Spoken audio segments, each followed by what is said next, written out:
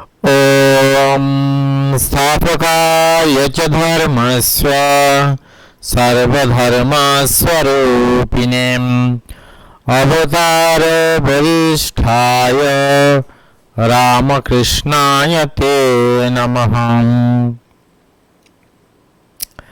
আজকের আমাদের আলোচনার বিষয়বস্তু স্বামী নির্বেদানন্দজির উপদেশ।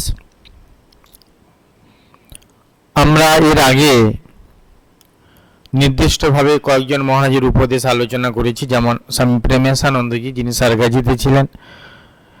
কয়েকদিন আগে তিথি পুজো গেল স্বামী রামকৃষ্ণানন্দজির। পরবর্তীকালে আমরা বিভিন্ন মহারাজের এরকম উপদেশগুলো তুলে ধরব। কিছু কিছু বইতে এই উপদেশগুলো নির্দিষ্টভাবে তুলে ধরা হয়েছে,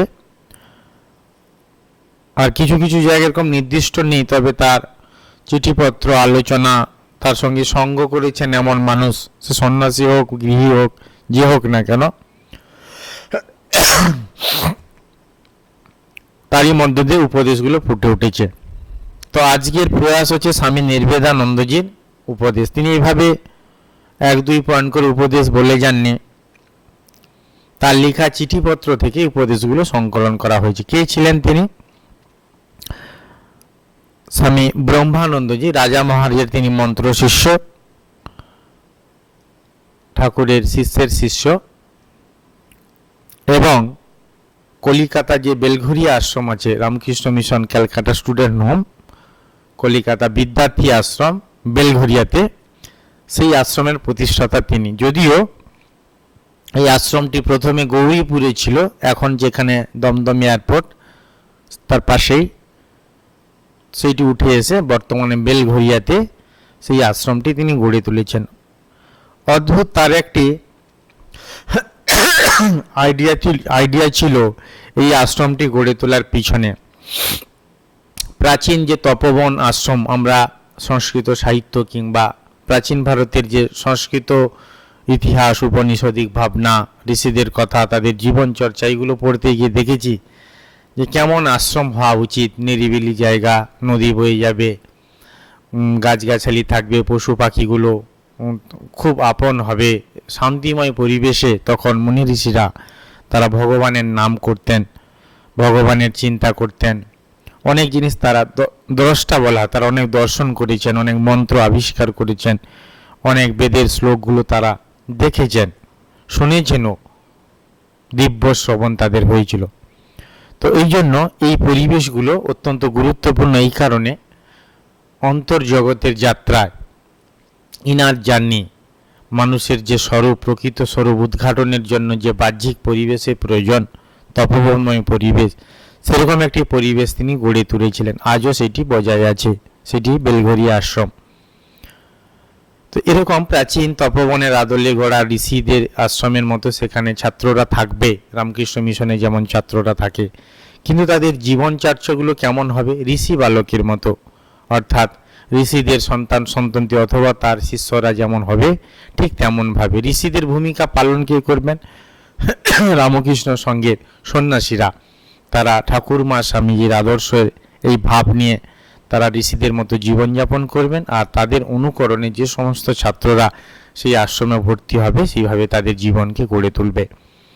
এর পাশাপাশি তিনি একটি নিয়ম করে দিয়েছিলেন যে কেমন করে ছাত্রদের জীবনধারা গড়ে তুলবে। আর বড় আশ্চর্য সেই নিয়মটি, সেটি হচ্ছে minimum restriction and maximum freedom. অল্প নিয়ম কানুন থাকবে, কিন্তু স্বাধীনতা সবচেয়ে বেশি থাকবে। এরকম একটি আদলে তিনি গড়ে তুলেছিলেন এই আশ্রমটি। তো আজকের যে আলোচনা, তার যে একটি বই আছে, সেই বইতে তার সংক্ষিপ্ত জীবনী, কিভাবে তিনি এই আশ্রমটিকে গড়ে তুলেছিলেন বা সৃষ্টি করেছিলেন, এবং তার পাশাপাশি বইটির শেষে বেশ কয়েকটি চিঠি আছে, কিছু ইংরেজিতে, কিছু বাংলায়। তো বাংলায় চিঠিগুলোর মধ্যে বেশ কিছু জিনিস সেখানে আমরা সংকলন করেছি উপদেশ হিসেবে, সেটি আজকে বলবো। এই উপদেশগুলো তিনি বেশিরভাগই দিয়েছেন নবাগত ব্রহ্মচারী যারা রামকৃষ্ণ মিশনে যোগদান করেছেন তাদের প্রতি। এছাড়াও বেশ কিছু আছে যারা ডিভোটি বা ভক্ত বা গৃহী, তারা গৃহী মানে গৃহে থাকে যে সেই গৃহী, কিন্তু তাদের যে উচ্চাকাঙ্ক্ষা, তাদের যে আদর্শ, তারা সন্ন্যাসীর তুলনায় কোনো অংশে কম নয়। সেই সমস্ত অত্যন্ত আদর্শ গৃহীদের প্রতি তার যে চিঠিগুলো, অথবা নবাগত ব্রহ্মচারী যে প্রথম জয়েন করেছে রামকৃষ্ণ মিশনে, যোগদান করেছে হিসেবে, মহারাজ হিসেবে, তাদের প্রতি যে চিঠিগুলো, সেটি আলোচনার বিষয়। উদ্দেশ্য কি এগুলো আলোচনার? আমরা দেখব যে যদিও মহারাজদের প্রতি, নবাগত ব্রহ্মচারীর প্রতি উপদেশ, অথবা তার পাশাপাশি গৃহী মানুষদের উপদেশ, কিন্তু দেখব আমাদের ব্যক্তি জীবনে এমন সব কথাগুলো এত গুরুত্বপূর্ণ, যে কোনো অবস্থায়, যে কোনো আমরা ক্ষেত্রে থাকি না কেন, সেইগুলো আমাদের জীবনে কাজে লাগবে। উপদেশগুলো যখন আমরা পড়বো, পাঠ করবো, আলোচনা করব, সেটা বুঝতে পারবো। এই জন্য সেই উপদেশগুলো যাতে আমাদের জীবনে কাজে লাগে, বা সেই উপদেশ অনুযায়ী আমাদের জীবনটা গড়ে তুলতে পারি। আমি প্রথমেই বললাম, তার একটা বৃহৎ ভাবনা ছিল উপনিষদের ঋষিদের যে আশ্রম, সেই আদলে গড়ে তুলে জীবনটিকে গড়ে তোলা, সকলকে, ছেলে মেয়ে উভয়ই। তো সেই চিন্তাধারা, আদর্শকে বজায় রেখে তার উপদেশগুলো ব্যক্ত করব, আমাদের সকলেরই জীবনে কাজে লাগবে। সাধু ব্রহ্মচারী মহারাজগণ তো বটেই, এর পাশাপাশি সকলেই। তো সেই জন্য সেই উপদেশগুলো আমাদের জীবনে কাজে লাগবে বলে সেই উদ্দেশ্য নিয়ে আজকে আমাদের আলোচনা। তাহলে আজকের আলোচনার বিষয়বস্তু স্বামী নির্বেদানন্দজির উপদেশ। বেশ কয়েকটি উপদেশ আছে, আমরা একে একে আলোচনা করছি। প্রথম, এই উপদেশটি একটি নবাগত ব্রহ্মচারীকে লিখিত চিঠির আকারে। আমরা বেশ কিছু চিঠির অংশগুলো উপদেশ হিসেবে সংকলন করে নিয়েছি, সেগুলো পয়েন্ট পয়েন্ট হিসাবে ব্যাখ্যা করছি। প্রথম, শ্রী শ্রী ঠাকুর আমার কল্যাণের জন্য, মানে যাকে লিখছে তার হয়ে বলছে, আমার কল্যাণের জন্য যা কিছু প্রয়োজন তার ব্যবস্থা করেছেন। যা কিছু ঘটছে তা তাঁরই ব্যবস্থায় আমার আধ্যাত্মিক কল্যাণের জন্য। এই সমগ্র উপদেশগুলোতে আমরা দুটো জিনিস মেনলি দেখব। একটা হচ্ছে ঠাকুরের ইচ্ছে সব কিছু ঘটছে সেটি মেনে নাও। দ্বিতীয়ত সহ্য গুণ, সহ্য করা। আমরা গত একটি গীতার অধ্যায় আলোচনা করেছিলাম সহ্য গুণ সম্পর্কে, সহ্য করলে কি হয় সে সম্পর্কে। এখানেও মহারাজ সে সহ্য গুণের উপর গুরুত্ব দেবেন তার বিভিন্ন উপদেশগুলোতে, যেগুলো চিঠিপত্রতে তিনি ব্যক্ত করেছেন সেইটি। আর তার পাশাপাশি ঠাকুরের ইচ্ছা, মায়ের একটি শ্রী শ্রী মায়ের বাণী আছে যে তার ইচ্ছায় তৃণটিও নড়ে না, সকলে ঈশ্বরের ইচ্ছে হয়। তবে এইটি বোঝার জন্য সাধন ভোজন করা দরকার। তার কারণ যখন আমাদের ভালোটা আসে জীবনে, তখন ভগবানের কৃপা, দান, আশীর্বাদ মনে হয়, কিন্তু যখন খারাপটা আসে সেগুলো মনে করি না। তো সুতরাং সবটাই তার দান হিসেবে মনে করতে পারলে জীবনটা সহজ হয়ে যায়। তার জন্য কিন্তু সাধনার প্রয়োজন। এইখানে মহারাজ কি বলছেন, নবাগত এই ব্রহ্মচারী মহারাজকে বলছে, আমার কল্যাণের জন্য যা কিছু প্রয়োজন তার ব্যবস্থা করছেন। যা কিছু ঘটছে ভালো মন্দ সব কিছুই তাঁরই ব্যবস্থায় আমার আধ্যাত্মিক কল্যাণের জন্য। এটা খুব ইম্পর্টেন্ট। ভালো যদি ঘটে সেটিও, খারাপও যদি ঘটেও, উদ্দেশ্য কি, খারাপ ঘটনার উদ্দেশ্য বা ভালো ঘটনা, আধ্যাত্মিক কল্যাণ, এটি জানতে হবে, এইটি বুঝতে হবে। প্রথম অবস্থায় এইটিকে বিশ্বাস করতে হবে, এই কথার উপরে শ্রদ্ধা রাখতে হবে। কোন কথাটি? ভালো খারাপ যেটি হোক না কেন, সেটি কি আমার স্পিরিচুয়াল ডেভেলপমেন্টের জন্য ঠাকুর অ্যারেঞ্জ করেছেন। এইটি কিন্তু প্রথমে শ্রদ্ধা রাখা দরকার এই আদর্শটার প্রতি, এটি মহারাজ বলছেন। দ্বিতীয়, তিনি অর্থাৎ শ্রী শ্রী ঠাকুর আমার রুচি বা ফরমাস মতো ব্যবস্থা করলে আমি খুশি হব, আর বিপরীত করলেই মন ভারী করে বসে থাকব। এটা স্থূল বুদ্ধি, বহির্মুখ, সংসারাসক্ত লোকের মনের লক্ষণ।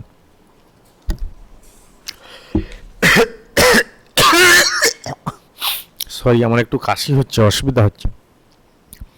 শ্রেয়কামী ব্যক্তির পক্ষে এটা সর্বথা পরিত্যাজ্য।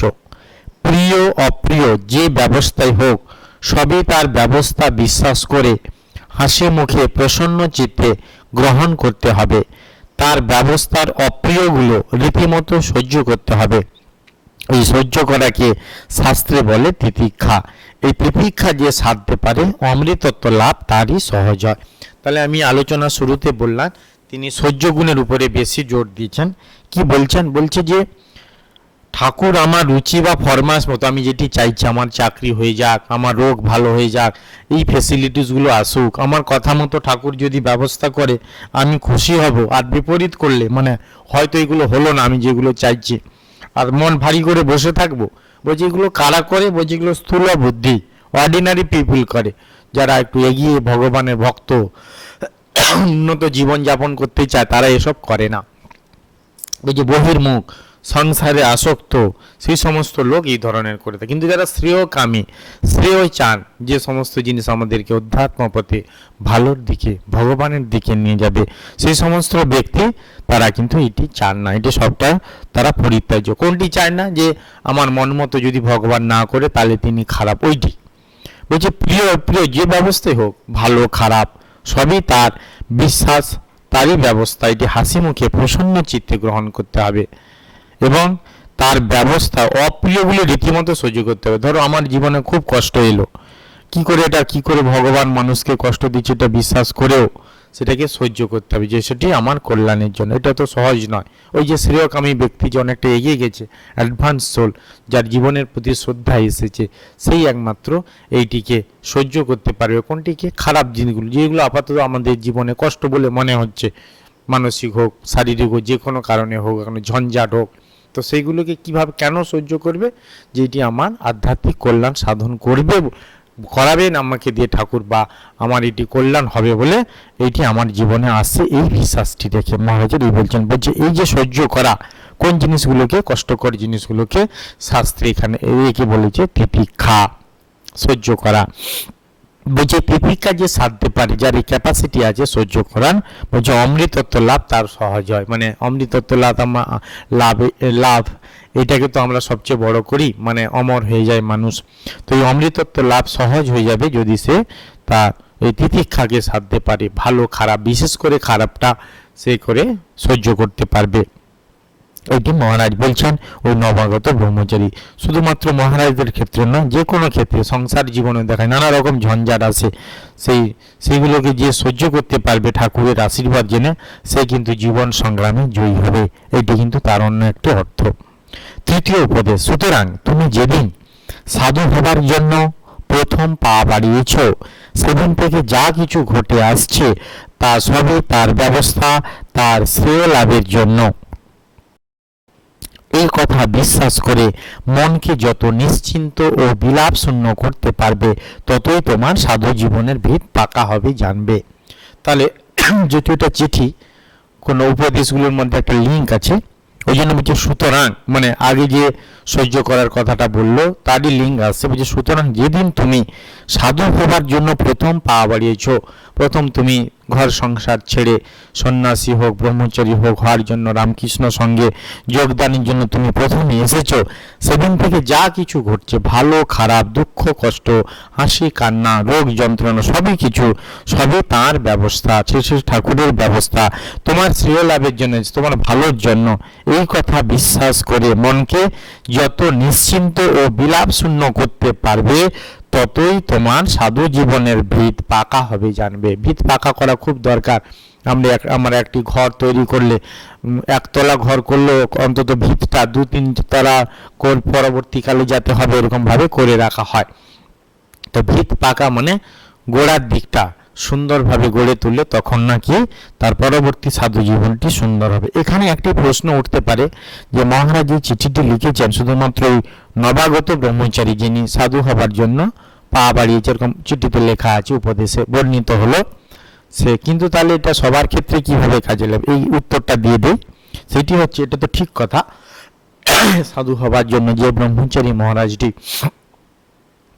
এসেছেন রামকৃষ্ণ সঙ্গে, তার প্রতি উপদেশ, কিন্তু আরেকটি মিনিং আছে। সাধুর কথার আরেকটি অর্থ আছে, ভালো হওয়ার স্বাদ যার মধ্যে বিদ্যমান তিনি সাধু। শুধু সাধু মানে যে একটু সাদা কাপড় বা গেরুয়া কাপড় পরা নয়, যার মধ্যে ভালো হওয়ার স্বাদ আছে, ইচ্ছে আছে, তিনি সাধু। তো যদি আমার ভালো হওয়ার ইচ্ছে থাকে, তাহলে সেক্ষেত্রে আমারও সাধু গুণ আমার মধ্যে বর্তমান আছে। তাহলে আমার এই সাধু জীবনকে ভালো হওয়ার স্বাদ, আমি যে একটি ভালো মানুষ হব, পরিপূর্ণ মানুষ হব, পূর্ণাঙ্গ মানুষ হব, সমাজের আদর্শ মানুষ হব, এই যে স্বাদটি আমার মনের মধ্যে আছে, এইটিকে ফুলফিল করার জন্য কি করতে হবে? বলছি যে যে যা কিছু জীবনে তোমার উপরে ঘটছে, তোমার যার প্রতি বিশ্বাস আছে, সেই পরমাত্মা হোক, ঈশ্বর হোক, ইষ্ট দেবতা হোক, গুরু হোক, শিক্ষক হোক, বাবা মা হোক, যেই কেন তোমাকে যে যে তোমার রেসপেক্টিভ পারসন, তার প্রতি তোমার শ্রদ্ধা থাকবে। এবং কি করছে? বলছে যে ভালো খারাপ যেটি আসুক না কেন, সেইটিকে সে লাভের জন্য ঠাকুর তার জন্য ব্যবস্থা করেছে, এটি বিশ্বাস করে মনকে নিশ্চিন্ত, এবং নিশ্চিন্ত মানে চিন্তা থাকবে না, বিলাপ থাকবে না, কষ্ট থাকবে না, এইভাবে যে করতে পারবে তার উন্নত জীবনটি সুন্দরভাবে গড়ে তুলবে। কি মনাস্টিক লাইফ, কি হাউস হোল্ডার লাইফ, কি একটা আদর্শ মনুষ্য জীবন, এইটি। তো সুতরাং উপদেশের সার কি? সার এটাই যে যেটি আমাদের জীবনে ন্যাচারালি চলে আসছে, সেটিকে ঠাকুরের ইচ্ছা এবং আশীর্বাদ হিসেবে গ্রহণ করা, তা ভালো হোক আর মন্দ হোক। চতুর্থ, যে ঘরে আছো, যেভাবে আছো, যে আবেষ্টনীর মধ্যে আছো, এসবে তোমার আধ্যাত্মিক কল্যাণের জন্য একান্ত প্রয়োজন না হলে কল্যাণময়ের ব্যবস্থা ঠিক এমনটি কখনো হতো না। সুতরাং ওরই মধ্যে তার দিকে সর্বদা মনটা ফিরিয়ে রাখার জন্য প্রাণপণ চেষ্টা করবে। আমিও বেলঘরিয়া রামকৃষ্ণ মিশনের ছাত্র। যখন এই বাণীটা পড়ি, আমার জীবনের এটি একটি অত্যন্ত আদর্শ বাণী, যে যখনই কষ্ট আসে, আমি অনেক দেখেছি, অনেক সময় বিশেষ করে আর্থিক নানা রকম পরীক্ষার চাপ, মহারাজ বকেছে, নিজেদের বন্ধুদের মধ্যে ঝামেলা হয়েছে, কিন্তু এই বাণীটিকে আমি আদর্শ করেছিলাম। কোন বাণী, কোন কথাটি বলছি? তুমি যে ঘরে আছো, যেভাবে আছো, যে আবেষ্টনী সার্কামস্ট্যান্স, ভালো হোক খারাপ হোক, এই আবেষ্টনীর মধ্যে আছো, এই সবই তোমার আধ্যাত্মিক কল্যাণের জন্য একান্ত প্রয়োজন না হলে পর কল্যাণময়ের ব্যবস্থা ঠিক এমনটি কখনো হতো না। তার মানে এই যে কষ্ট আসছে, এইটি আমার ভালোর জন্য। নির্বোধ মহারাজ বলছেন, এইটি তুমি বিশ্বাস করো, ঠাকুর এই কষ্ট দিচ্ছেন তোমাকে শাস্তি দেওয়ার জন্য নয়, তোমার কল্যাণের জন্য। এই বিশ্বাস করে তুমি এগিয়ে যাও, দেখবে জীবনে সফলতা আসবে। সত্যি আমি এখনো, আমি যতদিন জীবন ভোর এইটিকে আমি ধরে রাখবো, যে যেরকম অবস্থায় হোক না কেন, মাঝে মাঝে আমাদের মানব বুদ্ধি এটাকে হারিয়ে ফেলি, আদর্শটাকে মন থেকে উড়ে যায়, কিন্তু এইটিকে ধরে রাখা, কোনটিকে? যে সার্কামস্ট্যান্স মহারাজ বলছেন, যে ঘরে আছি, যে পরিবেশের মধ্যে আছি, সেখানে যে সিচুয়েশানগুলো আসুক না কেন, ভালো খারাপ হোক, সেটি আমার কল্যাণের জন্য ব্যবস্থা করেছেন শ্রী শ্রী ঠাকুর, এইটি বোঝা। এটি আমার জীবনে অত্যন্ত একটি গুরুত্বপূর্ণ আদর্শ এবং উপদেশ, যেটি আমি প্রথম অবস্থায় স্বামী নির্বেদানন্দজি বই পড়তে গিয়ে পেয়েছি। তো সুতরাং এইটি আমাদের জীবন কত সহজ হয়ে যায়। কেন? যখন খারাপ আসে তখন আমরা এত ভেঙে পড়ি, তখন আমরা ভগবানের প্রতি বিশ্বাস চলে যায়, কি করব কি না করব বুঝে উঠতে পারেন। কিন্তু এই ধরনের বাণীগুলো তখন আমাদেরকে বাঁচিয়ে দেয়, নতুন করে পথ চলা, এগিয়ে যাওয়ার যেন প্রেরণা যোগায়। সেই কারণে উপদেশটা অত্যন্ত গুরুত্বপূর্ণ। পঞ্চম, এটি সাধু মহারাজদের শঙ্কর সম্পর্কে বলছেন। সাধুর অভিমান সম্বন্ধে বেশ হুঁশিয়ার থাকা দরকার। আমি সাধু, আমার দ্বারা এমন নোংরা কাজ কখনো করা সম্ভব নয়, এরূপ অভিমানে কোনো দোষ নেই। নিজের দুর্বলতা জয় করবার জন্য আমি সাধু, এরকম একটা হুঁশ জাগিয়ে রাখা ভালোই। খুব গুরুত্বপূর্ণ এই কথাটি, পরের লাইনটা আরো ইম্পর্টেন্ট। কিন্তু যে সাধু নয়, মানে আপাতত সন্ন্যাসী বা ব্রহ্মচারী বেশ ধারণ করেনি এরকম ভাবে, যে সাধু নয়, সে আমার চাইতে হীন শ্রেণীর একটা জীব, এরূপ উপেক্ষা, তাচ্ছিল্য বা অবজ্ঞা ঘটাতে পারে এমন অভিমান সাধু জীবনের একটা প্রকাণ্ড বাধা বলে জানবে। যারা আমরা সাধু ব্রহ্মচারী আছি, তাদের প্রতি মহারাজি উপদেষ্টা বলছেন যে সাধুর অভিমান সম্পর্কে একটা সচেতনতা থাকা দরকার। এক ধরনের অভিমান ভালো, কি ধরনের? বলছে আমি সাধু হিসেবে আমার এই কাজ করা ঠিক নয়, কিন্তু কিছু বিধি নিষেধ আছে, যেগুলো নিষেধ সন্ন্যাসী ব্রহ্মচারী সাধুর করা ঠিক নয়, উচিত নয়, কখনোই নয়, সেইগুলো আমি করব না, এমন নোংরা কাজ আমার দ্বারা করা উচিত নয়, ঠিকও হবে না, এরকম অভিমান, এরকম একটা সেলফ রেসপেক্ট থাকা ভালো। এরকম অভিমানকে মহারাজ প্রশংসা করেছেন, এরকম একটা হুঁশ জাগিয়ে রাখা ভালো। কিন্তু পরে একটা ডেঞ্জার, কোনটা? বলছি যে সাধু নয়, সে আমার চেয়ে একটা হীন শ্রেণীর নিকৃষ্ট জীব, এই বলে তাকে অবজ্ঞা করা, উপেক্ষা করা, তাচ্ছিল্য করা, নেগলেক্ট করা, এইটা কিন্তু সাধু জীবনের একটা প্রকাণ্ড বাধা বলে জানবে, কখনোই করবে না। নিজ নিজ ক্ষেত্রে প্রত্যেকে বড়। স্বামী বিবেকানন্দ বলছেন, তুমি সাধু ঠিক আছে, সন্ন্যাসী তুমি তোমার কর্মগুলো করো, যে যে ক্ষেত্রে আছে, ছাত্র সে ভালো পড়াশোনা করবে, যিনি মাস্টারমশাই তিনি ভালো করে পড়াবেন, যিনি ডক্টর তিনি ভালো করে রোগী দেখবেন, যিনি ফার্মার তিনি ভালো করে চাষবাস করবেন, যিনি বিজনেসম্যান সৎভাবে জীবনযাপনের জন্য তিনি কি যেন ব্যবসা বাণিজ্য সমস্ত করবেন। তো সুতরাং তার মধ্যে থেকে সে কিন্তু উত্তরণ হবে। স্বামী বিবেকানন্দ এই আশ্বাস আমাদের দিয়েছেন যে নিজ নিজ ক্ষেত্রে প্রত্যেকে বড়, প্রত্যেকে তার ডিভিনিটির মধ্যে পৌঁছে সে একটি আদর্শবান মানুষে বা লক্ষ্যে পৌঁছাতে পারবে। সেই ক্ষেত্রে যে সাধু নয় আপাতভাবে সন্ন্যাসী কিংবা ব্রহ্মচারী, সে একবারে নিকৃষ্ট শ্রেণীর একটা জীব, তাকে অবজ্ঞা উপেক্ষা তাচ্ছিল্য করা কখনো ঠিক নয়। হয়তো আমরা করি না, কিন্তু কখনো যাতে না করি তার জন্য মহারাজ এই সাবধান বাণীটি আমাদের জন্য দিয়েছেন। তো এটা অত্যন্ত গুরুত্বপূর্ণ। তারপরে বাণীটিও আমাদের সাধু ব্রহ্মচারীর প্রতি কি বলছেন, যে যাই কিছু করো না কেন, সাধুই হও বা সিদ্ধই হও, নিজেকে একটা কেষ্টবিষ্টু কখনো মনে করো না। একটু এভাবে বলছেন মহারাজ মজা করে, কেষ্টবিষ্টু মানে মানে অহংকারী যাতে না হয়, আমরি এমন একটা হয়ে গেলাম, মানে সবসময় একটা বিনয়ী ভাবাপন্ন থাকা। আজ তুমি যত বড় হোক না কেন, বলছে বিদ্যা বিনয়ম দদাতি, যে গাছে ফল থাকে তার ডালটা নিচু হয়ে যায়, যখন তার মধ্যে বিদ্যা থাকবে, জ্ঞান থাকবে, পবিত্রতা থাকবে, সদ্গুণগুলো থাকবে, সাত্বিক গুণগুলো থাকবে, সে সবসময় নমনীয় হবে। যেমন ফল গাছে থাকলে তার ডালটা নুয়ে যায় তেমনিভাবে। তো সুতরাং অহংকারী হবে না, এইটি বলা যায়, মানে যাতে আমরা অহংকারী যাতে বলছি, নিজেকে একটা কেষ্টবেষ্ট মানে হাই ফাই কিছু একটা নিজেকে মনে করে না, সংযত থাকবে, বিনয়ী ভাবে থাকবে, একটা সবসময় শ্রদ্ধা, হ্যাঁ, এই ধরনের মনোভাব নিজের মধ্যে বজায় থাকবে। তখন তোমার সাধু জীবনটি খুব মিষ্টি হবে, মনে খুব সুন্দর হবে। এরপরেরটা সকলের জন্য, না পোড়ালে সোনা খাঁটি হয় না। সোনাকে খাঁটি করতে হলে পোড়াতে হয়। না ঘষলে চন্দনের গন্ধ বেরোয় না। এসবই জানা কথা বটে, কিন্তু এই জানাটা এতদিন শুধু মাথায় ছিল, এখন অনুভূতির ভিতর দিয়ে এই জ্ঞানটিকে পরিপক্ক করতে হবে। এখানে মহারাজ একটি গুরুত্বপূর্ণ কথা বললেন। বেশিরভাগ আমরা যারা এই বিশেষ করে মহাপুরুষদের জীবন টিবন নিয়ে আলোচনা করি অথবা বক্তৃতা টক্তৃতা ইত্যাদি দিয়ে থাকি, সেক্ষেত্রে একটা অসুবিধা কি হয়, যখন আমি স্বামীজির কথা বলছি, কি ঠাকুরের কথা বলছি, মায়ের কথা বলছি, গীতার কথা বলছি, কোনো শাস্ত্রের কথা বলছি, এমনটা মনে হয় যে যখন বলছে বক্তা যিনি, তিনি বোধহয় হয়তো সব করেছেন বা তার জীবনে এটা মানে ফলপ্রসূ হয়ে গেছে, শুধুমাত্র শ্রোতার জীবনে হয়নি, তিনি যাদের উদ্দেশ্য করে বলছেন তাদের হয়নি, আর যিনি বলছেন বক্তা তার এগুলো হয়ে গেছে। এটি ভাবা কিন্তু সম্পূর্ণ ভুল। তার কারণ কি, এটি একটি আলোচনা পর্ব, সেখানে মহাপুরুষের কথাগুলো একটু বুদ্ধিদীপ্তভাবে বিভিন্ন শাস্ত্রীয় দৃষ্টিভঙ্গি দিয়ে প্রমাণ হিসেবে আলোচনা করা হয়েছে, কিন্তু প্রয়োজন সকলের, বক্তা এবং শ্রোতার উভয়ই।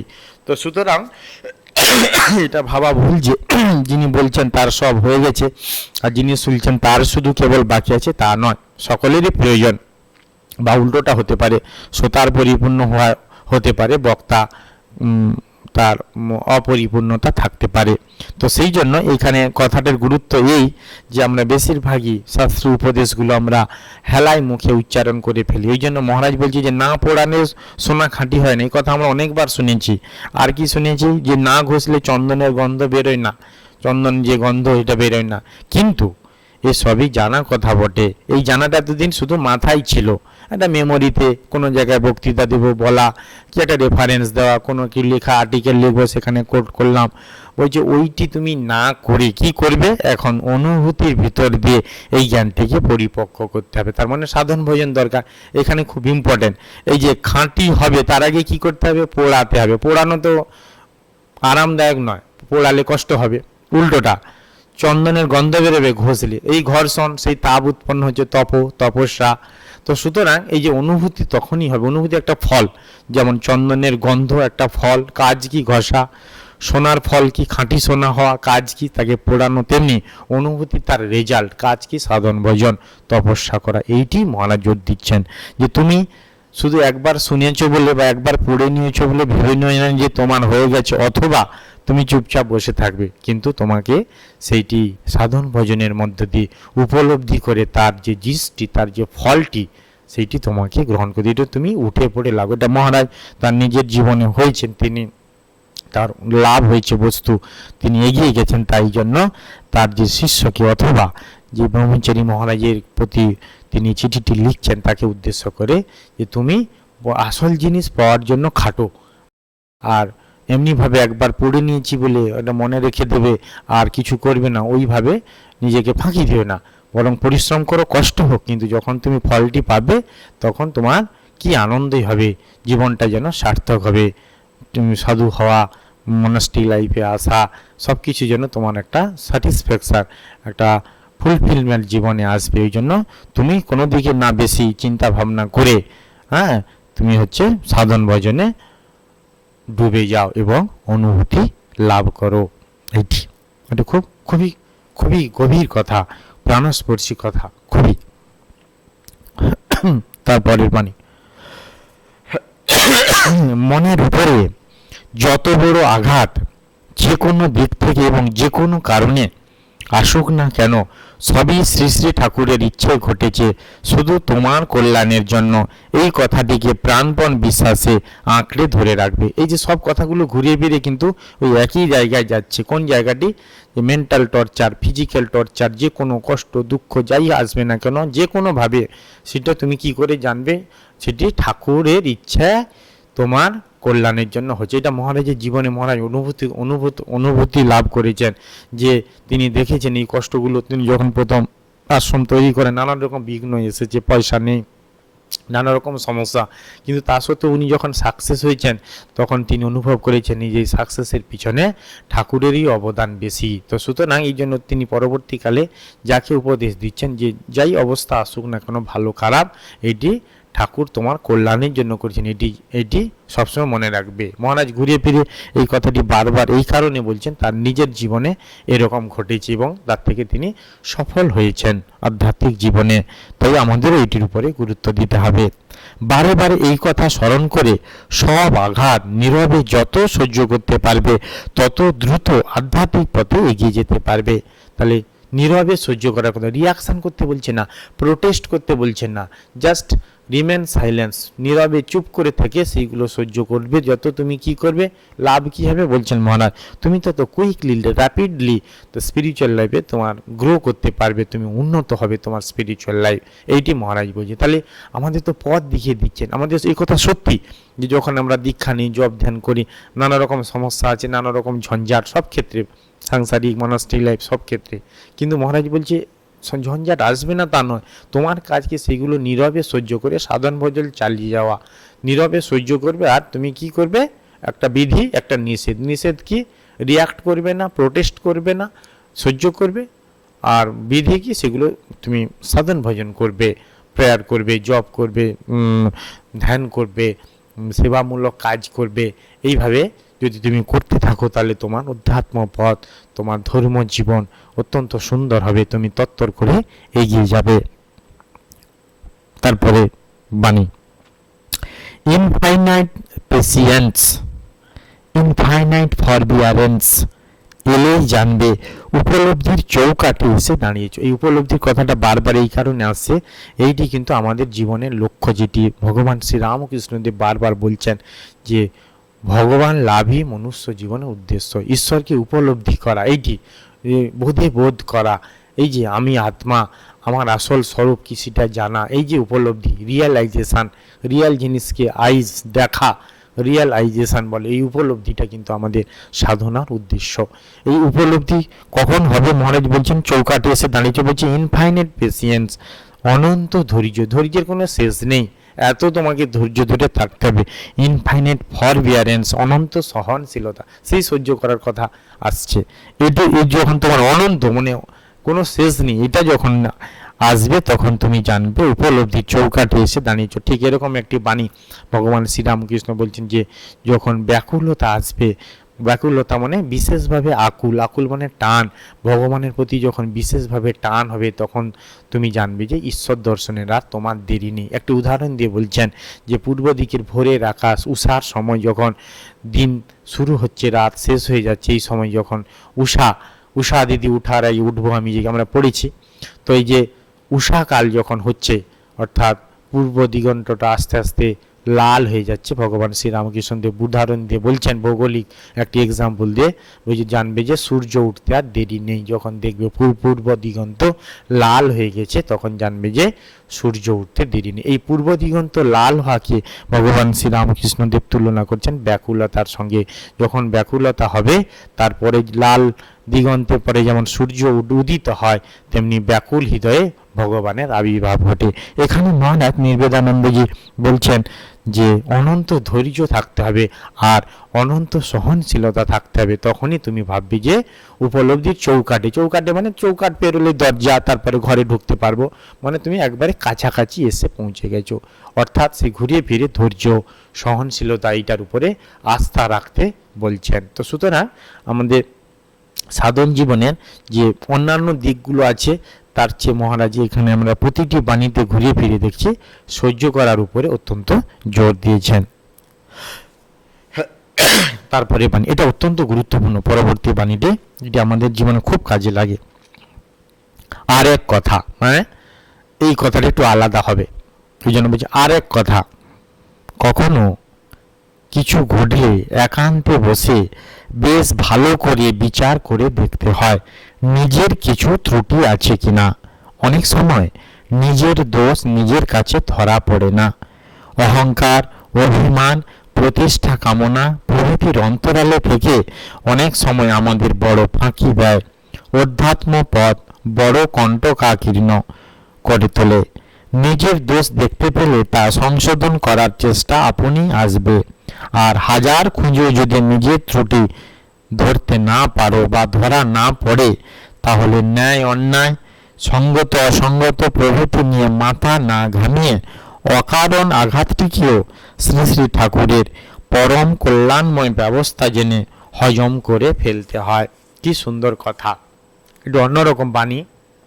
কি বলছেন মহারাজ, অনাদি মহারাজ স্বামী নির্বেদানন্দজি বাণীটিতে বলছে, আর এক কথা, যখন দেখবে কোনো একটি ঘটনা ঘটেছে, তাতে একান্তে বসে ভাববে সেই ঘটনার মধ্যে তুমি যেটাতে কষ্ট পেয়েছো তোমার কিছু ত্রুটি বা দোষ আছে কিনা। অনেক সময় কি হয়, অনেক সময় কেন বেশিরভাগ সময় হয় আমরা নিজেদের দোষ খুঁজে পাই না। যখনই একটি ঘটনা হয় অপরের উপরে আমরা চাইবে, ও এটা বললো বলে হয়েছে, না হলে কিন্তু হতো না, ও এটা করলো বলে হয়েছে, না হলে কিন্তু হতো না, আমার কিছু দোষ নেই।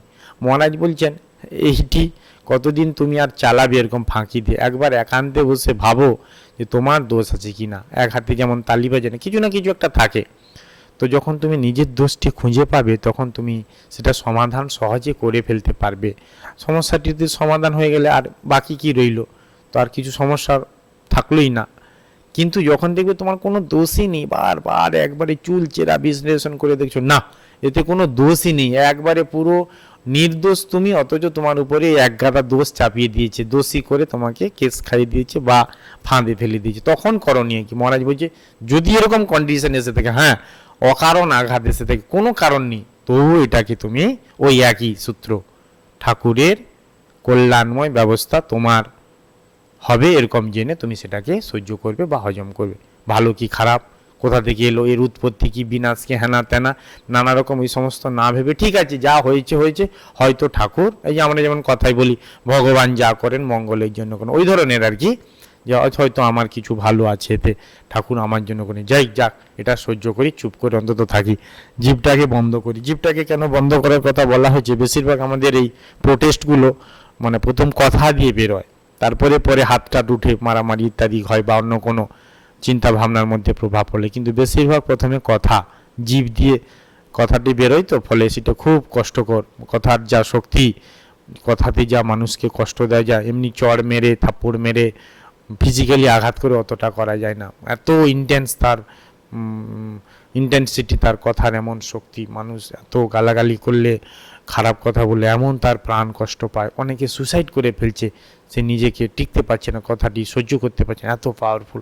তো সেই জন্য জিভটিকে বন্ধ করা মানে এই প্রোটেস্ট না করা, সহ্য করা, আর ঠিক আছে যা হচ্ছে হোক। এই জন্য মহারাজ এই কথাটি অত্যন্ত আমাদের সাধন ভজনের অঙ্গ করে নেওয়া দরকার, যে যখন কিছু কষ্ট হচ্ছে বা কিছু ঘটেছে, তার মধ্যে খারাপ কিছু নেগেটিভ, তার মধ্যে একান্তে বসে ভাবতে, একান্তে কেন ওই যে ঝুট ঝামেলার মধ্যে বোঝা যায় না, ওখানে আমাকে নির্দোষ বলে মনে হয়, বাকিদের দোষ বলে এটা মনে হয়। ওই জন্য একান্তে বসে ভালো করে বিচার কাছে, আমার কোনো কথাতেই কোনো ঘটলো, আমার কোনো কি আচরণে ব্যাপারটা হলো, বা এতে আমার কি কিছু কোনো দোষ আছে, এইটি বলছে মহারাজ, বলছে যদি তুমি আবিষ্কার করতে পারো, হ্যাঁ হয়তো এটা থেকে ও কথাটা রাখতে হবে, এই আচরণে হয়তো ওর কিছু গায়ে লেগেছে ইত্যাদি, হয়তো তখন তাহলে তুমি অনায়াসে শুধরে ফেলতে পারবে জানলে, মনে এটা আশ্বাস দিয়ে বলছেন। আর তা যদি তুমি আবিষ্কার করতে না পারো, তাহলেও তুমি সেটাকে হজম করবে কিভাবে না, ঠাকুর পরম কল্যাণময়, ঠাকুরের পরম কল্যাণময় ব্যবস্থা যেন। এটি একটু মহারাজের সুন্দর বাণী আমাদের প্রতি, যে নিজের দোষ একান্তে খুঁজে বার করতে হয় যদি থাকে। তারপরের বাণী আর কয়েকটা আছে। খুব যখন মনে লাগবে, কষ্ট হবে, যখন দেখবে সহ্য করতে আর পারছো না, এখানে মহারাজ একটা আশ্বাস দিয়েছে, কেননা এতগুলো বাণীতে সহ্য সহ্য সহ্য বলে যাচ্ছি, যদি না পারি তখন কি করবে, কোনটা প্রশ্ন উঠেই যায়। মহারাজ অ্যান্সার দিয়ে রেখেছে, বলছে ঠিক আছে তোমাদের এই প্রশ্নটা উঠতে পারে, যে এত সহ্য করার কথা বলছি, যদি না পারি তাহলে মহারাজ কি করবো, আচ্ছা কি করবো শুনে নাও। এই জন্য মহারাজ বলছেন, যখন দেখবে সহ্য করতে আর পারছো না, তখন কি করবে, বলছে নিরালায় বসে ঠাকুরের কাছে কাঁদবে। এই ঠাকুরের কাছে, ঠাকুর কেন এরকম আমার জীবনে এলো, এই ঠাকুরকে ব্যক্ত করা, ঠাকুরের সঙ্গে কথা বলা, এইটি করবে নিরালায় বসে। কেন সবার সামনে বসে করতে কেন না বলছে, লোক হাসবে হয়তো, কেউ টন্টিং করলো, সেটা আমার সাধন ভজনে ব্যাঘাত ঘটতে পারে, বা ঠাকুরের সঙ্গে কথা বলতে গিয়ে বিঘ্ন, কেউ একটা ডেকে দিল, তার সঙ্গে কথা বলতে হবে, তাতে সমস্যা হতে পারে। ওই জন্য নিরালায় নির্জনে একান্তে বসে ঠাকুরের কাছে বসে বসে কাঁদবে, তার সঙ্গে কথা বলবে, তাকে জিজ্ঞাসা করবে, ঠাকুর কেন এমনটা আমার জীবনে হলো, কি সুন্দর সমাধানের পথ। তিনি সহ্য করার শক্তি দেবেন যদি তোমার অ্যাটিটিউড কারেক্ট হয়, এটি খুব ইম্পর্টেন্ট। তার কাছে প্রার্থনা করো সহ্য করবার শক্তির জন্য। বলছি তিনি তো সহ্য করতে গিয়ে বলা হচ্ছে সহ্য করার শক্তি লাগবে, তো বলছি তোমাকে তিনি দেবেন যদি তোমার অ্যাটিটিউড কারেক্ট হয়, তোমার দৃষ্টি, তুমি ঠিক ঠিক ফাঁকি চাইছো নাকি মনে মনে সত্যি আন্তরিক সেটাকে জীবনে চাওয়ার জন্য তুমি চাইছো, মানে সহ্য করছো সত্যিকারের, তাতে কোনো ফাঁকি নেই, আন্তরিকতা যুক্ত, আন্তরিক আছে সেটি।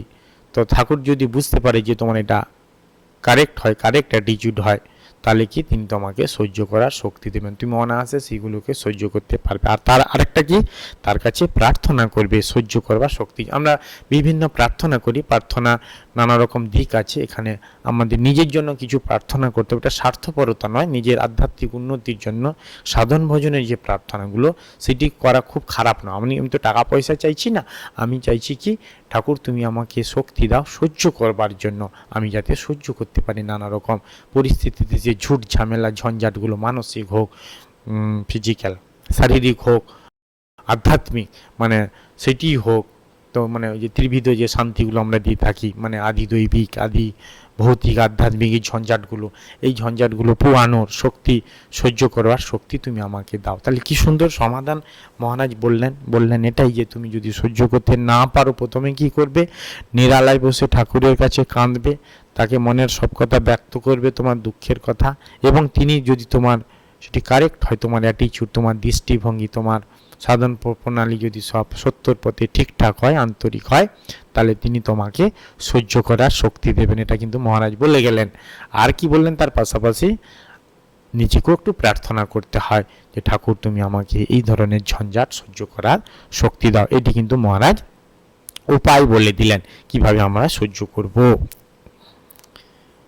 তারপরে মানি, যাই কিছু ভালো মন্দ ঘটুক না কেন, সবই তোমার পরম কল্যাণের জন্য শ্রী শ্রী ঠাকুরের ইচ্ছায় ঘটেছে জেনে সর্বদা নিশ্চিন্ত থাকবে। ওই একই কথা, লাস্ট বাণী এইটি বলে আজকে আমাদের আলোচনা এখানে শেষ করব। স্বামী নির্বেদানন্দজির উপদেশ, লাস্ট বাণীটি এখানে কি আছে, মহারাজ বলছেন, পারফেক্ট হয়ে আমরা কেউই আসিনি মানে এই পৃথিবীতে, কিন্তু পারফেকশনের আইডিয়ালের দিকে লক্ষ্য রেখে স্ট্রাগল করাই আমাদের কাজ, এবং এইভাবে অনবরত স্ট্রাগল করলে ভগবান আমাদের প্রয়াস সার্থক করে তোলেন। তাই একেবারে হতাশ হয়ে হাল ছেড়ে দেবার জো নেই। গীতামুখে শ্রী ভগবান বলেছেন, উদ্ধরেত আত্মানম আত্মনং ন আত্মানম অবসাদয়েত। তিনি অনুতাপ দিয়ে আমাদের জাগিয়ে রাখবেন। জীবনটাই একটা কন্টিনিউয়াল স্ট্রাগল ফর পারফেকশন। এখানে পারফেকশন মানে শুদ্ধিতা। আমরা যদি একেবারে শুদ্ধ হয়ে যাই তাহলে ভগবানের সঙ্গে আমাদের মুক্ত হয়ে যাবে, মোক্ষ লাভ হয়ে যাবে। মন থেকে যখন কামনা বাসনা সব নানা রকমগুলো যখন সরে যায়, যোগসূত্রে তাই বলা হয়েছে আমাদের কামনা বাসনাগুলো যেন আমরা সংসার চক্রের মধ্যে আবর্তিত হয়ে থাকি। যখন এই বৃত্তিগুলো চলে যায়, ওই জন্য বলছে যোগ মানে কি, যোগ চিত্তবৃত্তি নিরোধ। চিত্তে কোনো বৃত্তি উঠবে না। বৃত্তি মানে নাম ও রূপ। যোগ দর্শনে যাকে বৃত্তি, বৃত্তি নয় কিন্তু, বৃত্তি মানে ওই যে ফুলের বৃত্তি, দলমণ্ডল, পুঙ্কেশ্বর চক্র, গর্ভকৃত আমরা যখন পড়েছি বায়োলজির, বৃত্তি নয় বৃত্তি। বৃত্তি মানে অনেকে পেশা বলে, অকুপেশন। এখানে যোগ দর্শনে যে বৃত্তি, এখানে বলেছে নাম এবং রূপ, নেম অ্যান্ড ফর্ম। যেমন আমি একটা আপেল কথা বললাম, এই আপেল কথাটা বলার সাথে সাথে মনে আপেলের ছবি ভেসে উঠছে, আর যে ছবিটা ভেসে উঠছে তাকে বলে আপেল। তাহলে নাম হলো আপেল, রূপ কি, এরকম দেখতে, গোল মতো, লাল ইত্যাদি ইত্যাদি। তো এই জন্য নাম আর রূপ যেটা থাকবে তাকে বলে বৃত্তি। মনের উপরে এই বৃত্তিগুলো যখন চলে যাবে, নিরোধ হয়ে যাবে, তখনই যোগ হয়। কার সঙ্গে? জীবাত্মার সঙ্গে পরমাত্মার। ওইগুলো আছে বলে বৃত্তিগুলোর জন্য যোগ হচ্ছে না। তো এই যে এটাই তো বলে পারফেকশন। মানে পারফেকশন মানে কি, কালিমাগুলো বাসনাগুলো খারাপ দিকগুলো মন থেকে সরিয়ে না। মহারাজ ঠিক একই কথাই কালে বলছেন যে আমরা কেউ পারফেক্ট হয়ে আসেনি। একেবারে মন যদি শুদ্ধ থাকতো এই পৃথিবীতে জন্মগ্রহণ হতো না, আমরা ভগবানের কাছে লীন হয়ে থাকতাম। হয়েছে মানে কিছু অশুদ্ধিতা থেকেই আছে। যেমন একটা সোনার অর্নামেন্টস গড়ে তুলে কিছু খাদ মেশাতে হয়। আমাদের এই পৃথিবীতে জন্ম হয়েছে, আমরা শরীর ধারণ করেছি, তো সুতরাং কিছু শুভ অশুভ সব মিশে এটি আছে। সত্য রজ তম এই সমস্ত গুণের সমন্বয়ে আমাদের এই দেহগুলো মনগুলো তৈরি। এটা নানা রকম দিক আছে। ওই জন্য মহারাজ বলছেন এই পারফেক্ট হয়ে আমরা কেউ এই পৃথিবীতে আসি, কিন্তু পারফেকশনের আইডিয়ালের দিকে লক্ষ্য রেখে স্ট্রাগল করা আমাদের কাজ। একদিন কিন্তু আমরা পারফেক্ট হব, স্ট্রাগল করতে করতে, সংগ্রাম করতে করতে। বলছি এইভাবে অনবরত স্ট্রাগল করলে ভগবান আমাদের প্রয়াস সার্থক করে তোলে। এটি খুব ইম্পর্টেন্ট। যখন আমরা কিছু কাজ করব তখন কিন্তু ভগবান, শ্রীরামকৃষ্ণদেব বলছে তুমি যদি 10 পা এগিয়ে যাও, ভগবান 100 পা তোমার দিকে আসবে। একবার ঠাকুর শ্রী রামকৃষ্ণ দক্ষিণেশ্বরে আছেন, নানাবিধ লোক আসা যাওয়া করছে। একজনকে ঠাকুর কয়েকদিন ফলো করছে, দেখলেন সে নিরামিষ খাচ্ছে, গঙ্গা স্নান করছে, রোজ সন্ধ্যারতি, মা কালী ভবতারিণীর মঙ্গলারতি দেখছে, ঠাকুরের কথা শুনছে। তখন ঠাকুর একদিন তাকে বলছে, এই যে তুমি এইগুলো করছো না, এই যে নিরামিষ খাওয়া, গঙ্গা স্নান করা, এই যে বিধি মানে এইগুলো পালন করা, এইগুলো করছো, বাহ বাহ খুব ভালো। ঠাকুর তাকে আশীর্বাদ করে বলছেন এতে তোমার মায়ের কৃপা হবে। মানে কৃপা কথাটাকে আমরা অনেকে এরকম ব্যাখ্যা করি, ব্যাখ্যার জন্যই ব্যাখ্যা করি। ক্রি মানে করো, পা মানে পাবে, মানে তুমি কিছুটা করো তাহলে পাবে। অনেকে বলছে আরে যদি আমি করেই পেলাম তাহলে কৃপা কি? কৃপা মানে কি আমি কিছুই করবো না, মানে অটোমেটিক্যালি পাবো, তবে তো কৃপা। যদি আমি করেই পেলাম তাহলে লোকের আবার কৃপা মানে ভগবানের দান, এটা কি করে বলা যেতে পারে? কিন্তু না, এই যে তুমি করছো এটাও কিন্তু ভগবানের। যেমন গীতাতে আছে যে পুরুষকার, নিজে করা, সেলফ এফোর্ট। আমার যে করবার, যে ধরো আমি সাধন ভজন করে ভগবানকে লাভ করব, তাহলে সাধন ভজন করার আগে প্রথমে ইচ্ছা হতে হবে। সেই ইচ্ছা অনুযায়ী আমি সাধন ভজন করব, তারপরে ফল লাভ, ধরুন ভগবান লাভ হলো। কিন্তু এই যে সাধন ভজন করার ইচ্ছা, এই যে সেলফ এফোর্ট, এই যে পুরুষকার, এটাও ভগবানের দান, গীতাতে বলছেন ভগবান। তো সুতরাং আমার তো কিছু নেই, তো কৃপাতে যদি করে পাই, সেই করাটাও ভগবানের দেওয়া, ঘুরিয়ে ফিরিয়ে মানে সেই ইচ্ছাটা। তো সুতরাং সবই ভগবানের। এই জন্য এই স্ট্রাগল করা, ভালোর দিকে এগিয়ে যাওয়া, এইটি যদি হয় তখন কিন্তু ভগবানের আমরা হেল্প পাই। মহারাজ এই কথাটি বলছেন। তাই একেবারে হতাশ হয়ে হাল ছেড়ে দেবার জো নেই। কেন এই কথাটি বলছে?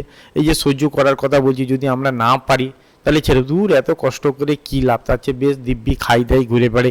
এত লোক তো সাধন ভজন করছে না, এত কিছু নিয়ম কানুন মানছে না, সহ্য করছে না, তাদের কি আবার এসে যায়? তো সুতরাং আমি ওই গড্ডলিকা প্রভাই গা বাসিয়ে দিই। মহারাজ না না না না, নেভার, তুমি এটা করতে যাও না, এবং হতাশ হয়ে হাল ছেড়ো না। হাল ছেড়ো না মানে তুমি এই পথ থেকে চলে যেও না, গড্ডলিকা প্রভায় নিজেকে ভাসিয়ে দিও না, ধরে রাখো এই সহ্য করা, এই সংযম জীবন, এইভাবে তুমি এটাকে ধরে রাখো। গীতা মুখে ভগবান কি বলছেন? উদ্ধারেত আত্মানম আত্মানম ন আত্মানম অবসাদ। তোমার উদ্ধার অন্য কেউ করবে না, নিজেকেই করতে হবে। তো সুতরাং তুমি হাল ছেড়ো না, এই লাইনে থাকো, কষ্ট সাধনার পথে এইটি। তিনি অনুতাপ দিয়ে আমাদের জাগিয়ে রাখবেন। অনুতাপ মানে আমাদের মানে অনুশোচনা হওয়া, ইস এটা মতো করা ঠিক হয়নি, তার মানে আমি ঠিক আছি মনে তো বলছেন। জীবনটাই একটা কন্টিনিউয়াল স্ট্রাগল ফর পারফেকশন।